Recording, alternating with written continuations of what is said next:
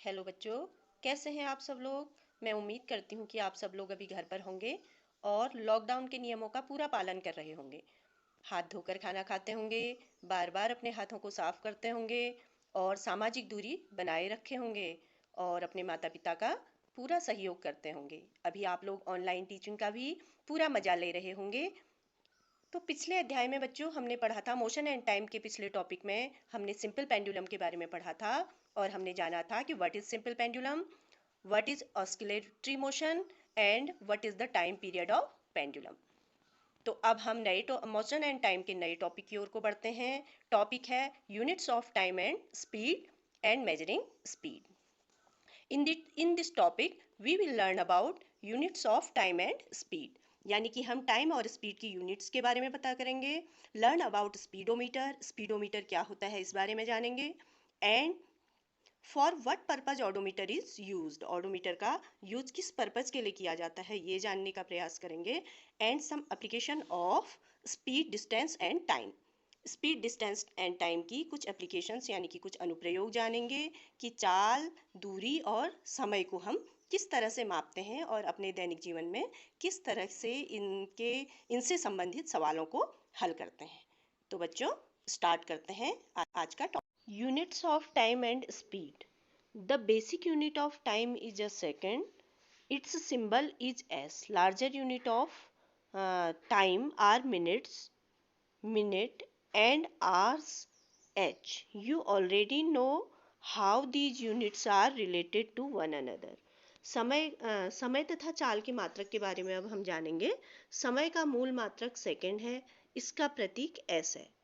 और जो समय का जो बड़ा मात्रक होता है वो मिनट और घंटे हैं। इसे h से डिनोट करते हैं घंटे को, मिनट को m से डिनोट करते हैं और MIN से डिनोट करते हैं। इसके बाद आप ये जानते हैं कि जो ये यूनिट्स हैं ये एक दूसरे से किस तरह से रिलेटेड हैं, कैसे एक दूसरे से संबंध रखती हैं या संबंधित हैं। यानी कि मिनट और सेकंड में क्या रिलेशन है और सेकंड और मिनट और आवर्स में क्या रिलेशन है। यानी कि 60 सेकंड का 1 मिनट और 60 मिनट्स का 1 आवर होता है। What would be the basic unit of speed? अब हम ये जानना चाहेंगे, ये जानेंगे कि जो चाल का जो मूल मात्रक है वो क्या होता है। Since the speed is distance upon time, the basic unit of speed is meter per second. क्योंकि चाल जो होती है, चाल या डिस्टेंस, स्पीड जो होती है वो दूरी बट्टा समय होता है। दूरी को अगर हम समय से डिवाइड कर देते हैं, टाइम से डिवाइड करते हैं टोटल चली गई दूरी को, तो हमारी स्पीड निकल जाती है। तो स्पीड की यूनिट जो होगी वो होगी metre per second. Of course it could also be expressed in other units such as metre per minute और किलोमीटर पर आवर। इसको इस तरह से भी हम डिनोट कर सकते हैं अन्य मात्रकों के द्वारा कि मीटर है तो पर मिनट हो जाएगा और किलोमीटर पर आवर इस रूप में भी व्यक्त किया जा सकता है। You must remember that the symbol of all units are written in singular. For example, we write 50 kilometer and not 50 kilometers और 8 centimeter not 8 centimeters। तो हम जो यूनिट्स हैं इनको सिंगुलर में ही, एक वचन में ही इनको लिखते हैं। जैसे सेंटीमीटर्स ना लिख के सेंटीमीटर लिखेंगे, किलोमीटर्स ना लिख के किलोमीटर लिखेंगे। सकते हो कि एक बूझो की हेल्प कर सकते हो कि एक दिन में कितने सेकंड होते हैं और एक दिन में, एक ईयर में कितने आवर्स होंगे। तो आप इसको कैलकुलेट करके निकाल सकते हो। मेजरिंग स्पीड, यानी कि अब हम चाल कैसे मापी जाती है इसके बारे में अध्ययन करेंगे। Having learned how to measure time and distance into Earth's orbit, often attain speed of 8 km per second. On other hand, a tortoise can move only with a speed of about 8 cm per second. Can you calculate how fast is the rocket compared with the tortoise? तो उपग्रहों को पृथ्वी की कक्षा में जब हम छोड़ते हैं तो उसके रॉकेट को प्रायः 8 किलोमीटर पर सेकंड की चाल से वो रॉकेट अपनी चाल ले लेते हैं, 8 किलोमीटर पर सेकंड की चाल से चलते हैं। और एक कछुआ 8 किलोमीटर पर सेकंड की चाल से कछुआ केवल 8 सेंटीमीटर पर सेकंड, केवल वो 8 सेंटीमीटर पर सेकंड चल सकता है। तो अगर हम इन दोनों की तुलना करते हैं तो ये पता चल जाएगा कि हमको रॉकेट की चाल कितनी ज़्यादा गुनी ज़्यादा है कछुए की चाल से। ठीक है, तो इस तरह से हम उसकी स्पीड को कैलकुलेट कर सकते हैं।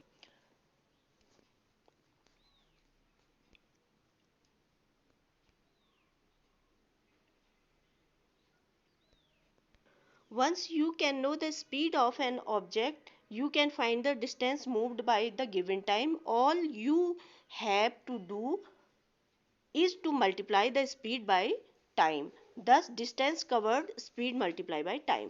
तो अब हम ये पता हमको चल चुका है कि जब हमें किसी वस्तु की चाल ज्ञात करनी हो तो उसके दिए गए समय में उसके द्वारा चली गई दूरी ज्ञात कर लेते हैं और उससे समय से उसे गुणा कर लेते हैं। तो किस तरह से देखो, चली गई दूरी बराबर होता है स्पीड मल्टीप्लाई बाय टाइम, यानी कि जो दूरी वो चली गई दूरी उसकी है जो कवर्ड करी है उसने डिस्टेंस, वो स्पीड मल्टीप्लाई बाय टाइम होता है।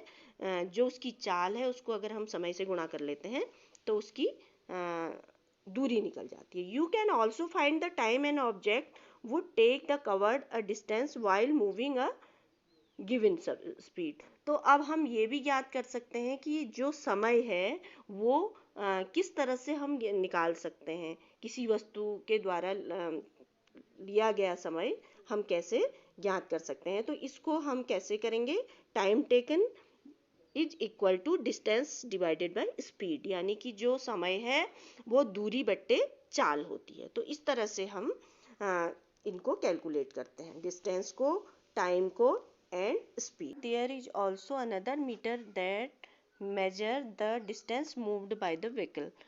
This meter is known as an odometer. अब जो दूसरा मीटर लगा होता है वहाँ कोने में, एक कोने में और मीटर लगा होता है, ये मेजर करता है डिस्टेंस, उसके व्हीकल के द्वारा, जो वाहन है उसके द्वारा चली गई जो डिस्टेंस होती है उसको दिखाता है ये अपने उसमें मीटर में। तो इसे क्या कहा जाता है, ऑडोमीटर। तो अब मैं आपको एक वीडियो दिखाती हूँ जिससे आपको स्पीडोमीटर और ऑडोमीटर की पूरी गतिविधि पता चल जाएगी कि ये किस तरह से। In front of the driver's seat of your father's car scare you? Now they won't. Straight beyond the steering wheel are 2 meters. The circular dial, which looks somewhat like a clock with needles and numbers, is the speedometer. When the car is in motion, one needle points to a particular number in the speedometer. This number is the speed of the car in kilometer per hour. There is also a rectangular box within a speedometer that has digits written on it. When the car is in motion, these digits undergo a change, rather increase.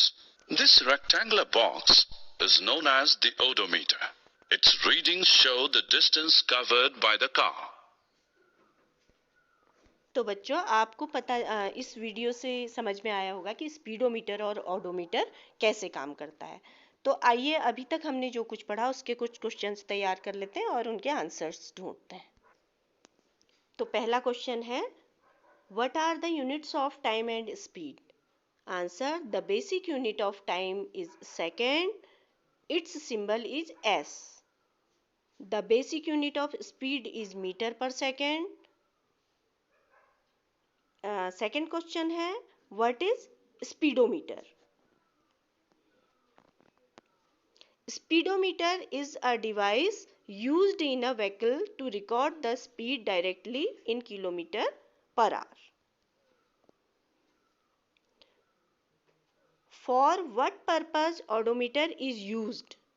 Odometer is device used in vehicles to measure the distance covered by the vehicles. इसके बाद हम एक question देखते हैं कि क्या है, उसको कैलकुलेट करेंगे। Raju takes 10 minutes to reach the post office from his house on a cycle. It The speed of cycle is 3 meter per second. Calculate the distance between his house and post office. तो speed of cycle 3 kilometre पर second, total time taken 10 minute. तो 10 minute को second में convert कर लेंगे, 10 multiply by 60 तो 60 second हो गया, 600 सेकेंड हो गया। The distance covered, speed multiply by time, तो 3 metre per second multiply by 600 is equal to 1800 metre, ये इसका आंसर होगा। तो बच्चों देखो, ये स्पीडोमीटर है और ये ऑडोमीटर, ये जो नंबर्स हैं ये ऑडोमीटर के हैं। तो इस तरह से आज हमने स्पीडोमीटर के बारे में पढ़ा, ऑडोमीटर के बारे में जाना और बेसिक यूनिट्स जानी, स्पीड और तो बच्चों आज आपको ये टॉपिक बहुत अच्छा लगा होगा और मुझे विश्वास है कि आप इसे अच्छी तरह समझ गए होंगे।